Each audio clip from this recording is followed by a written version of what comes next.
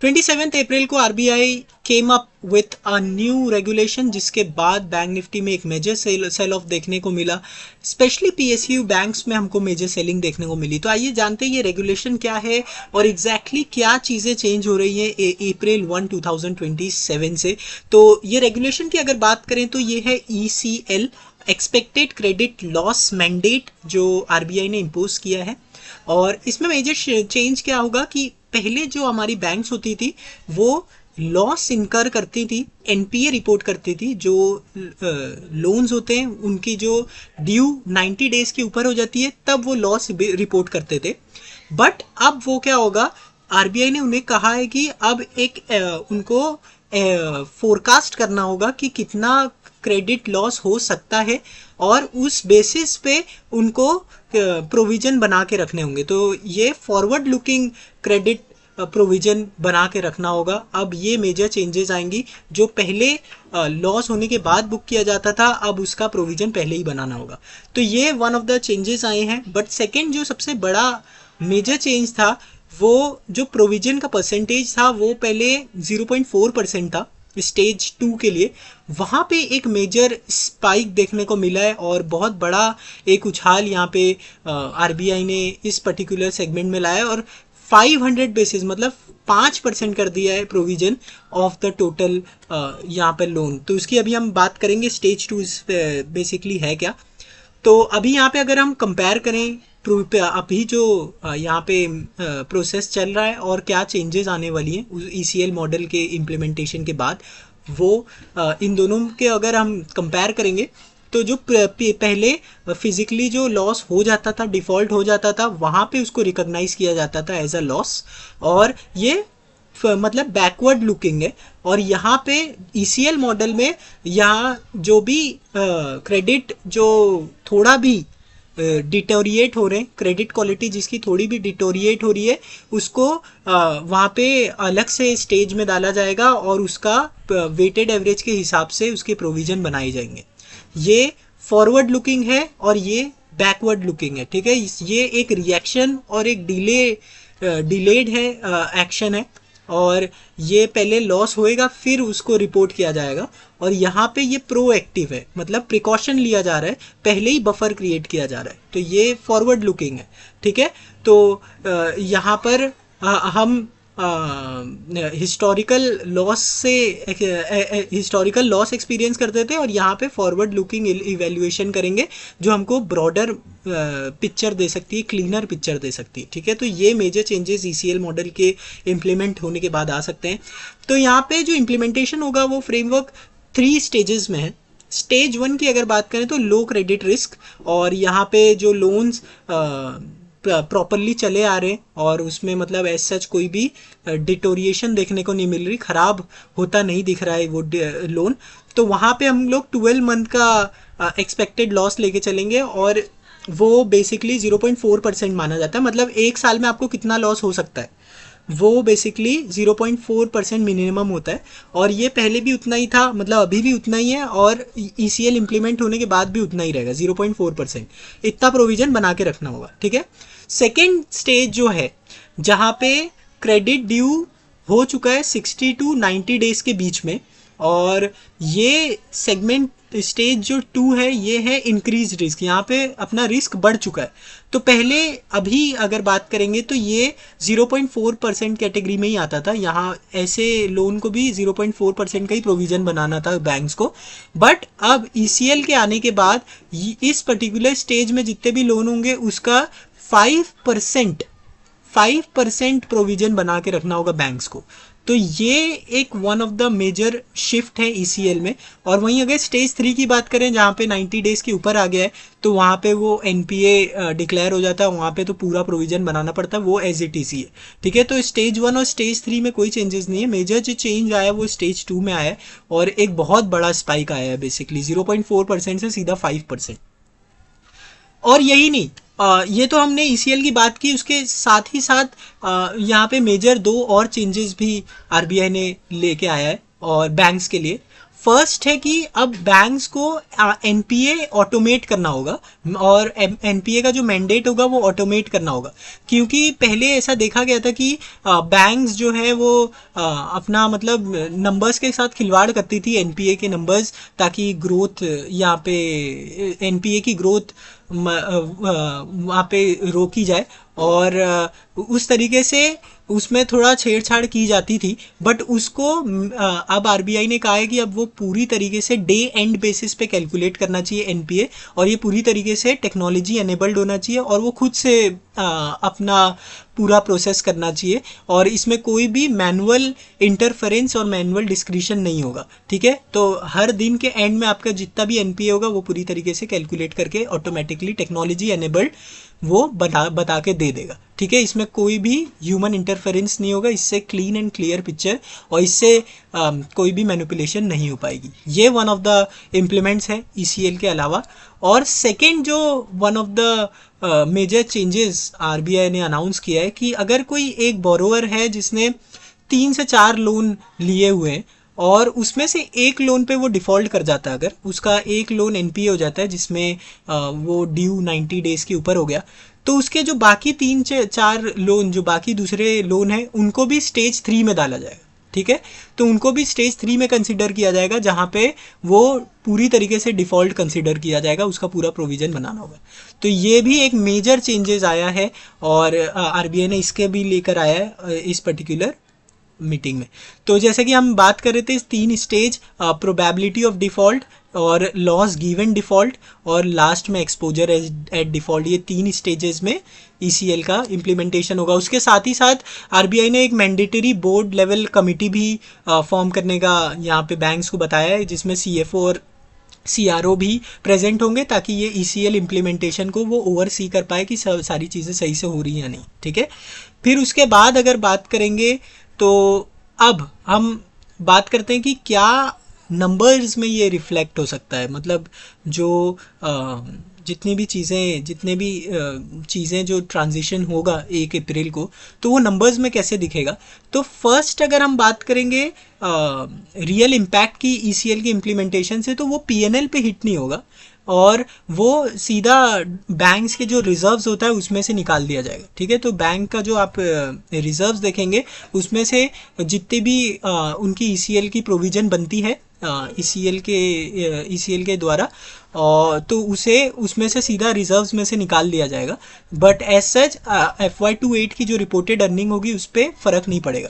But at the same time जो हमने देखा स्टेज 2 में एक बहुत मेजर स्पाइक आया, 0.4% जो पहले था प्रोविज़न, अब वो 5% हो गया। तो उसकी वजह से जो प्रोविज़न रन रेट है बैंक्स का, वो कहीं ना कहीं बढ़ेगा FY28 की बात करेंगे तो। ठीक है, तो उसकी वजह से हमको पीएनएल पे भी हिट आता दिख सकता है। ठीक है, तो अभी अगर ईसीएल की बात करेंगे, जो डायरेक्ट असर आएगा वो सीधा रिजर्व्स में से आएगा, बट उस स्टेज 2 के परसेंटेज हाइक की वजह से हमको पीएनएल में भी थोड़ा हिट देखने को मिल सकता है, बिकॉज प्रोविजन का जो रन रेट होगा वो बढ़ जाएगा अचानक से। ठीक है, तो वो FY28 से यहाँ पे इम्पैक्ट देखने को मिलेगा। और अगर हम बात करेंगे कि ये जो वनरेबिलिटी है वो किस पे ज़्यादा है, मतलब कौन सी बैंक ज़्यादा एक्सपोज्ड है, तो अगर हम लार्ज बैंक्स, प्राइवेट बैंक्स की बात करें, जहाँ HDFC है, ICICI और एक्सिस है, ये अभी भी जितना भी इनका मैंडेट प्रोविज़न बनता है उससे कई ज़्यादा ये प्रोविज़न बना के रखती हैं, एक्सेस प्रोविज़न पहले ही बना के रखती हैं। तो ये बहुत ही कम तरीके से एक्सपोज्ड है ईसीएल के जो भी इम्प्लीमेंटेशन आएंगे उसमें इनको इतना ज़्यादा अफेक्ट नहीं पड़ेगा, और ये conservative contingency provision standard asset से कई ज़्यादा बना के रखती हैं। ठीक है, तो यहाँ पे स्मूदर हमको ट्रांजिशन देखने को मिलेगा। बट यहाँ पे पीएसयू बैंक्स में हमको थोड़ा सा इम्पैक्ट ज़्यादा आता दिख सकता है, बिकॉज यहाँ पे जो प्रोविजंस होते हैं वो ऑन एंड ऑन जितनी रिक्वायरमेंट होती है उतनी ही होती है, यहाँ पे एक्सेस प्रोविजंस नहीं बनाए जाते हैं ज़्यादातर। और एक और चीज़ ये है कि पीएसयू बैंक्स में हमको ज़्यादातर एग्रीकल्चरल लोन्स और अनसिक्योर्ड लोन्स भी काफ़ी देखने को मिलता है। तो जितना अनसिक्योर्ड लोन्स और अपना ये होगा उतनी एनपीए होने की ज़्यादा प्रोबेबिलिटी होती है। तो इनका प्रोविजंस भी ज़्यादा बन सकता है। तो पीएसयू बैंक्स थोड़े से ज़्यादा यहाँ पे एक्सपोज्ड है वनरेबिलिटी के, और मतलब थोड़ा सा इनको ज़्यादा इम्पैक्ट आता दिख सकता है। बट मोतीलाल ओसवाल का वहीं पर थोड़ा सा अलग व्यू था, और उन्होंने कहा कि NPAs is actually improving since 2018 for PSUs. तो वहाँ पे उनके एनपीए का परसेंटेज गिर रहा है, और उनका जो कवरेज रेशियो है, प्रोविजन कवरेज रेशियो भी इम्प्रूव हुआ है। तो इसकी वजह से मोतीलाल ओसवाल का ये व्यू है कि पीएसयू बैंक्स को भी इतना इम्पैक्ट आता नहीं दिखेगा इस पर्टिकुलर ट्रांजेक्शन से।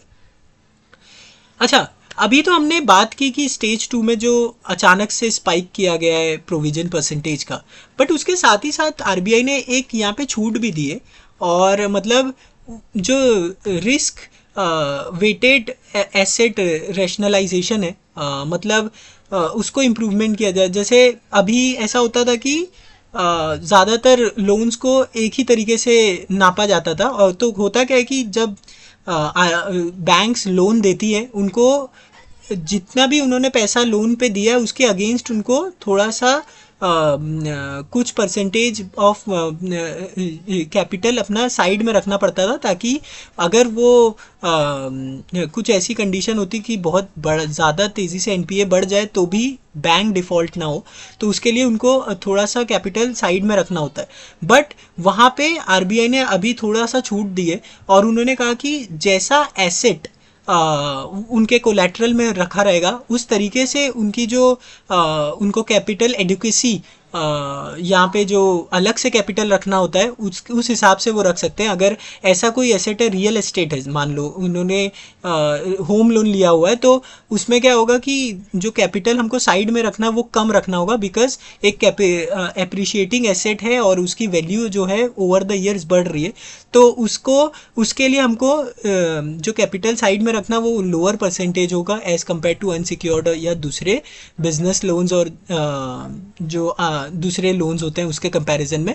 और वहीं पे अगर कोई बिजनेस लोन भी है जो ट्रिपल ए कैटेगरी के यहाँ पे क्रेडिट रेटिंग्स है जिनकी, तो उनके लिए भी यहाँ पे कम परसेंटेज ऑफ पैसा हमको साइड में रखना होगा। तो ये एक रिलीफ भी आया है आरबीआई की तरफ से। और नोमुरा ये एस्टिमेट कर रहा है कि ये जो यहाँ पे छूट मिली है वो जो यहाँ पे स्टेज 2 की वजह से, प्रोविजनिंग की वजह से जो लार्ज बैंक्स को इम्पैक्ट आएगा उसको स्क्वायर ऑफ कर देंगे, और कहीं ना कहीं हमको जो कैपिटल यहाँ पे सीईटी जो बोलते हैं जिसको कॉमन इक्विटी टियर, उसमें एक इम्प्रूवमेंट ही देखने को मिलेगा 0.6 to 2% का, 0.6 to 1.2% का इम्प्रूवमेंट हमको देखने को मिल सकता है। ऐसा नोमुरा ने एस्टिमेट किया है इस पर्टिकुलर बेनिफिट की वजह से। तो अब बात करते हैं कि ये बहुत बड़ा एक इम्पैक्ट हो सकता है। तो इसी वजह से बैंक आरबीआई ने ऐसा नहीं किया कि ये वन शॉट इम्प्लीमेंटेशन होगी। तो जितनी भी क्रेडिट बुक है बैंक्स या उस पर जितना भी ईसीएल का प्रोविज़न बनता है, उस हिसाब से बैंक्स को आरबीआई ने 4 साल की मोहलत दी है कि ओवर द 4 ईयर्स उनको वो स्प्रेड में वो असर लेना होगा, मतलब impact over the span of 4 years impact लेना है।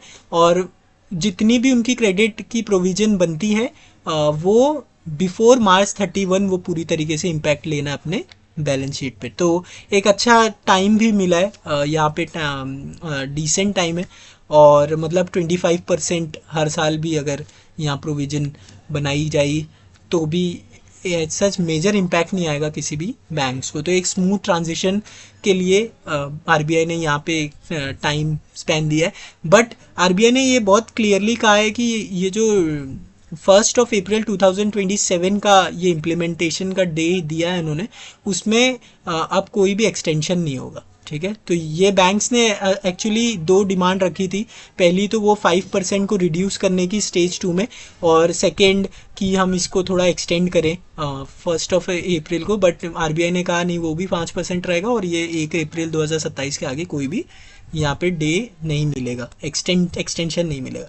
तो अब अगर हम बात करेंगे कि इसका इम्पैक्ट क्या हो सकता है लॉन्ग टर्म, तो देखिए लॉन्ग टर्म अगर बिगर पिक्चर हम देखेंगे, शॉर्ट टर्म में ज़रूर हमको एक थोड़ा इम्पैक्ट देखने को मिल सकता है, जहाँ पे रिजर्व्स में से यहाँ पे थोड़ा डिटोरिएट होता दिखेगा, या हो सकता है हमको यहाँ पे प्रोविजन रन रेट बढ़ता दिखे बैंक्स का, स्पेशली पीएसयूज़ का।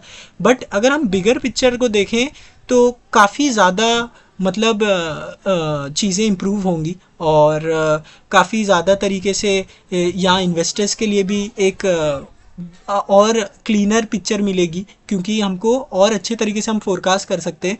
जो अभी तक एनपीए हुए नहीं है उसकी भी हमको यहाँ पे डेटा देखने को मिलेगा, और उसका अलग से प्रोविज़न बना हुआ मिलेगा, तो एक झटका कभी नहीं लगेगा एज सच पीएनएल पे, और काफ़ी स्मूथ ऑपरेशंस होंगे। तो इन्वेस्टर्स के लिए भी अच्छा ही होगा, और उनको क्लीनर यहाँ पे एनालिसिस करना आसान होगा, और वहीं पे बैंक्स के लिए भी अच्छा है। और मतलब ओवरऑल ये पूरे बैंकिंग इकोसिस्टम के लिए एक बहुत अच्छा मेजर आरबीआई ने यहाँ पे लिया है over the longer period of time. Short term में हो सकता है हमको थोड़ा सा यहाँ पे थोड़ा इम्पैक्ट देखने को मिले, बट वो भी जो टाइम स्पेन यहाँ पे आरबीआई ने अलाउ किया है, जो टाइम स्पेन में बताया है, उतने उस ड्यूरेशन में एज सच हमको इतना बड़ा कोई इम्पैक्ट आता नहीं दिखना चाहिए। ठीक है, तो यही कुछ बताना था इस वीडियो में। उम्मीद करता हूँ ये वीडियो पसंद आया हो, और अगर ये वीडियो पसंद आया तो प्लीज़ इस वीडियो को लाइक करें और चैनल को सब्सक्राइब करें। Thank you.